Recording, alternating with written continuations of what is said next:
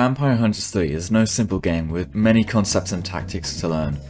This guide is meant to help people of all skill levels improve their movement in some way or another. I will literally be going from the most basic things ever to the secret tactics that I use when I'm playing VH3. I'll be starting with basic controls and their uses with things like crouching or jumping, and then I'll talk about more advanced stuff such as rolling and diving and sliding. And finally, I'll talk about more broad concepts to aid your movement such as map knowledge or loadouts and positioning. If you already know everything about a section, you can skip to the next one using the timestamps in the description or by looking at the chapters in the seek bar. Each chapter will also have a difficulty label to it. Starting off with the very basics, let's talk about the first controls that you need to know. W, A, S and D. They obviously move your character around, but for beginners I very commonly only see them using W. If you are a completely new player that wants to improve their movement, this is the very first thing that you need to start with. Start pressing A, S and D to move in different directions while facing the same direction. You need this for fluent movement and to just get better. This is the most important thing. Eventually, once you are comfortable enough, you should be able to turn around your camera 180 degrees while still moving in the same direction. Sprinting. Sprinting, of course, makes you move quite faster, but it comes with its obvious downside. This is where we have to introduce stamina. That green bar that circles around your health, that is your stamina. Let it run out and it will go red and force you to not be able to use any moves that use your stamina. So always keep an eye on it and ideally don't let it run out. It's okay to sprint if you're not in a hurry, but keep in mind that if you're sprinting everywhere and not being careful with how much you are using, it could become an issue when you get attacked by a vampire and you don't have your full stamina bar to make a complete getaway. Jumping. You may need to jump to traverse many maps. If you're familiar with any Roblox game that has an obby or any just parkour game in Roblox, you'll be pretty used to this. Just keep in mind that sprinting while jumping will get you further, and also remember that jumping takes up quite a bit of your stamina, so holding down spacebar maybe isn't a great idea. For improving at jumping skills, honestly, just go play some Roblox hobbies, you'll get the hang of it eventually. Crouching is less often used than jumping, but still offers its uses. While it does make you slower, it makes you harder to hit, especially by range attacks, and it can also help with getting into small spaces. It's usually most used for hiding, but you can probably find your own uses for it too. Crawling is very similar to crouching. The difference is that you are significantly slower moving than if you are crouching. Also, instead of being compressed into a ball, you are just very short and long. You can get up quickly from the crawling position if you press Shift and W, and this will even give you a tiny speed boost. Q and E are interesting controls. Leaning is often overlooked by a lot of people, but it does provide a couple rare useful cases. I sometimes use it to peek around corners without exposing too much of my body, or to take shots while still being in cover. Most of the time it's not too great, but there is it there if you want to use it. Alright, let's move on to some more advanced things that aren't currently mentioned anywhere in the game's tutorials yet. Sliding is where you press C while sprinting to get a brief speed boost. It uses about a tenth of your stamina, and I don't slide too often to be honest because I just have other things that I prefer over sliding. But in some situations where you either don't have stamina for other options or you just need that tiny extra bit of distance in select scenarios, it does work well. Sidestepping is probably the least known movement tech in Vampire Hunters 3. By pressing Q and E while running, you can quickly move to the left or right. It's very useful for just getting out of the way or making quick dodges. Long jumping or diving is done by jumping while sprinting and quickly pressing C, or if you're on controller, by pressing the jump button twice. As the name long jump suggests, this move gets you quite a bit of distance and it gets you there fast. Keep in mind that diving and long jumping use up quite a lot of stamina, so be careful when using them back to back. I usually just sprint most of the time when I'm trying to get around the map, but I use long jumps every now and then when either trying to get away from something or somewhere fast, or if I'm like trying to jump somewhere up high, or just to get somewhere that is high up or far away. Rolling is useful for taking less fall stun and less fall damage. You can roll by pressing C just as you hit the ground. It's pretty good for taking less fall damage and keeping your momentum when trying to get away. The timing is very strict and it is quite hard to get used to, but eventually you will get it down with enough practice. Just know that it won't save you from any massive falls. Alright, that's all for the actual moves. But these next topics are things that you can use your movement for. There's no point in knowing all of these if you can't use them in the right situations and can't use them to their full capabilities. Map Traversal. It's important to get to know each map, and this will come to you naturally as you play the game. Or you can go into spectator mode and just explore with a free camera. Not only is this important for knowing hiding spots and finding other players and giving good callouts, but having a good map knowledge lets you get around faster. You'll be able to take shorter routes as well as know alternate paths if one isn't a good choice. Using the map to your advantage is a key step to becoming a pro at Vampire Hunters 3. When you are making decisions, these sorts of bits of information about the map can make a huge difference to your gameplay. Map knowledge is important in every situation, and the more experienced you are with the map, the better. Your ability to dodge the vampire in many situations will be the difference between you living and dying. It's your best shot of avoiding getting grabbed and taking lots of damage. So how do you evade the vampire? Well, you can use most of the movement techniques mentioned in this video. Jumping very easily will make it harder for the vampire to grab you and force them to time their grabs instead of just spamming the button. A couple sidesteps used in moderation can work very well to dodge out of the way. Crawling can surprisingly confuse the vampire and make them have to look down, and combining this with jumping, they have to keep looking down and up to try and grab you. And finally, sliding can help you if you want to try making a getaway, or if you want to try and just reposition where you are while still trying to dodge. The key is not to use too much of the same move. When you're trying to evade the vampire, you should ideally use all of these moves. This will make you less predictable and more difficult to grab. But be extremely careful to not use up all of your stamina, because not only will this remove your capability to dodge and use any of these moves, it will almost certainly result in you getting grabbed. And even worse, after that you will not have much stamina to be able to run away afterwards, making you very likely to get grabbed a second time afterwards. And let's face it, you probably can't dodge the vampire the whole match, so we should talk about running away from the vampire too. Making a getaway.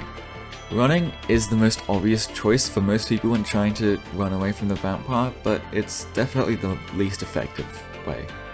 Vampire simply is just faster than you most of the time and will be able to catch up to you. This doesn't mean you shouldn't sprint, of course you should run away, but just have some other things that you want to do instead of just sprinting the whole time, because just sprinting is not going to cut it. Long jumps are the fastest way to move around in the game, but they eat up a ton of your stamina. So unless it's like you diving for the gun or you like diving like behind some cover or something, it's usually not too great to use while getting away, but it has its cases where it's useful. My favourite thing to do when trying to get away is actually sliding. That's when I use sliding the most, because that extra tiny bit of distance that you use without using too much of your stamina, it does make the difference sometimes, and that extra tiny bit of distance to either duck behind some cover or try and hide behind a door or something, it makes a hell of a difference. But the most important decision to make while you're running away is to either decide to fight the vampire or hide away, and you need to make this decision fast. Are you able to take on this fight, or do you need to completely run away as far as you can and try and find a hiding spot? This is just a very important thing when you're making a getaway. That's probably the most important decision that you have to make in this game. Many things that you equip in your loadout will change the way that you use movement in the game, some way or another. A very good example of this is the energy drink, which makes you run faster and use up less stamina for many things, as well as recover stamina quite faster. This item, when you use it, lets you be a lot more risky with your movement, and just like use a lot of movement more often. You don't have to be as cautious about not running out of stamina, because it's just straight up not going to happen as often. There is also different perks such as Lifeline, which gives you a significant boost to your movement and your jump power when you are at low health, or Athlete, which does a moderate amount of movement and jump speed. And these things that just make you move faster, there's not too much of them other than you'll be getting to your place faster without using as much stamina as you would if you were slower. However, then you have things like melee gadgets. Now with melee gadgets, you have to worry about trying to move around the vampire, trying to juke them, and so when you're using a melee gadget, you kind of do want to change around your movement in a sense. That you want to be sort of diving more or sliding more, just trying to get close and be aggressive. Whereas normally when I don't have a melee gadget, I'm not really doing that. I'm just sticking back and I'm just watching what's happening, seeing if there's an opportunity for me to chime in at certain points or to grab the gun or to, you know, help in certain situations. But when it's with melee gadgets, I'm going in there and I'm trying to deal damage to the vampire when there's safe opportunities to do so. And this changes with ranged gadgets. With a ranged gadget, you'd be maybe up in a high spot on the map, or you'd be, you know, staying in the back, or you'd be trying to go for an off angle or something, and you'd be not really using movement as much and sort of saving it up for if the vampire tries to chase you, and you'd save up your movement for then to go and use all your stamina to run away because you don't want to get grabbed. For something like a blinding gadget, like pepper spray or something, you'd try and slightly be aggressive, just be aggressive, but not overly aggressive like you would with melee gadgets. But you'd want to try and move up and try and blind them with the pepper spray or with the smoke or whatever. Just get a bit closer, and then after you've blinded them or done your stun effect or whatever, you then fall back or you shoot them, or, you know, you make your decision after that. And this also comes into play with other vampire abilities, so things like sleep cast, you'd be trying to go in very aggressive at a moment where there'd be a lot of people in one group, or same thing with volatile, when there's a lot of people in one group, you'd be super aggressive with your movement going straight in at that one point. Whereas something like cloak, you'd be sort of running around but not really using much movement because they can't really see you, so you don't need that movement, so you just run around and maybe jump a couple of times or crouch, and that would be the extent of your movement. Just use this sort of logic when you're using any loadout, because I don't have the time to go over every single individual loadout and things, but use this sort of logic, like what sort of movement would I be using for this loadout? What is my goal? What am I trying to do? Am I doing something that requires me to go aggressive? Do I need to be fast and strike at a certain point? Or can I take it slow? Or do I need to save up my stamina? Or what do I need to do with my specific loadout? And this sort of thinking, you just need to become better at movement in Vampire Hunter's 3, because everything comes into account when you are using movement in Vampire Hunter's 3. You need to think about everything if you are wanting to be a professional at Vampire Hunter's 3. Just like I am, of course, because I'm like level 1500 or something. Vampire movement. I don't have many big tips for movement as a vampire, but I have multiple smaller tips for vampires when they are trying to use movement. First off, when you're transformed, you move faster than a human does, and you can jump higher too, so always be transformed if you're trying to chase a human. And don't be worried about holding down shift for too long, because you can sprint as much as you want. In fact, unless you are trying to be sneaky or trying to trick people or something, you may as well just be transformed the whole time. Just don't sprint in front of survivors too much, because if somebody is smart enough, they will see that you are sprinting for a long time and not running out of stamina ever, and they will know that you are a vampire from that. As a vampire, your number one threat is the hunter. Reducing the amount of shots that you take is the key to success. The first thing that you can do is ambush the hunter and catch them off guard before they even have a chance to shoot you. This usually is best with either some sort of decoy plan or some sort of stealth thing, or using cloak, something like that. The second thing is using cover to your advantage. Constantly be behind walls or objects. Use parts of the map. Dodge in and out of different walls and bits of things on the map to try and make those objects around the map take damage rather than you. The last thing that you can do is use all of the dodging techniques discussed earlier in the video, such as, you know, crouching, jumping, ducking, sliding, you know, just use anything that you can to try and make yourself the hardest target to hit. This includes not running in a straight line and maybe taking some zigzag lines or something like that to try and just take as few shots as you can. When you have grabbed somebody, your movement capabilities are almost completely gone. You can't dive or slide or do any of these crazy movement things. You move incredibly slow when you're biting somebody, and you can't do anything except walk, crouch and crawl when you're biting somebody. So what should you do when you've grabbed somebody and the hunter's trying to shoot you? You can't obviously do too much movement, can you? Well, to start off with, you can at least face the hunter, putting the person that you have grabbed in the way. This makes it significantly harder for the hunter to shoot you, because now they have to try and not shoot the person that you have grabbed while also trying to shoot you. So they have to try and run around you, or shoot your side, or shoot your head, or something like that. You are using the person that you've grabbed as a shield so that you take less damage.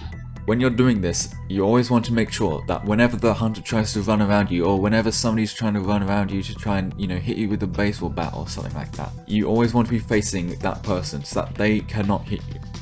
And sometimes I understand this will be very hard if they're moving fast, if they're using movement, or if multiple people surrounding you, but just face whoever's like the most threatening target and just don't let them damage you.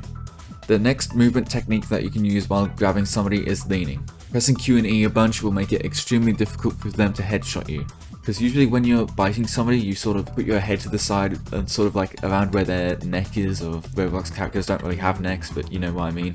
So that sort of leaves your head sort of like out on the side a bit. It's sort of easy to shoot, but leaning makes this a lot difficult to do. You're moving your head constantly, it's just very difficult for them to shoot you in the head, and it's also very risky for them to try and go for headshots, because now not only you're moving your head, but the person that you've grabbed is also going to be leaning side to side, and they're risking headshotting their own teammate and most likely killing them. The last option when you've grabbed somebody is to crawl. This will expose your feet or your side of your body, because on the ground you can still see your feet and stuff on the ground, but it does make you a lot of a smaller target, so it will make it easier for you to take less damage, at least for a second or two. Just don't stay on the floor for too long, otherwise they will absolutely laser you, and I've had this happen to me before, and I've seen many people do it before too, and it doesn't work for more than a second or two. So usually once you've done it, you want to stand back up, and if you just repeat this along with the other techniques that I've mentioned, this will hopefully result in you not dying as soon as you grab somebody. And that's my master guide to movement in Vampire Hunters 3. I hope you at least learned something in this video, whether you be a default or diamond rank. I'd like to thank everybody for 10,000 hours of watch time on my channel. It's awesome the amount of support that I get, and I just appreciate that people like my videos and want to watch them. If you have any movement tips or tricks that I didn't mention in this video, go mention them in the comments and maybe I'll give them a heart. Anyway, that's all for me. Thanks for watching and have a great Christmas.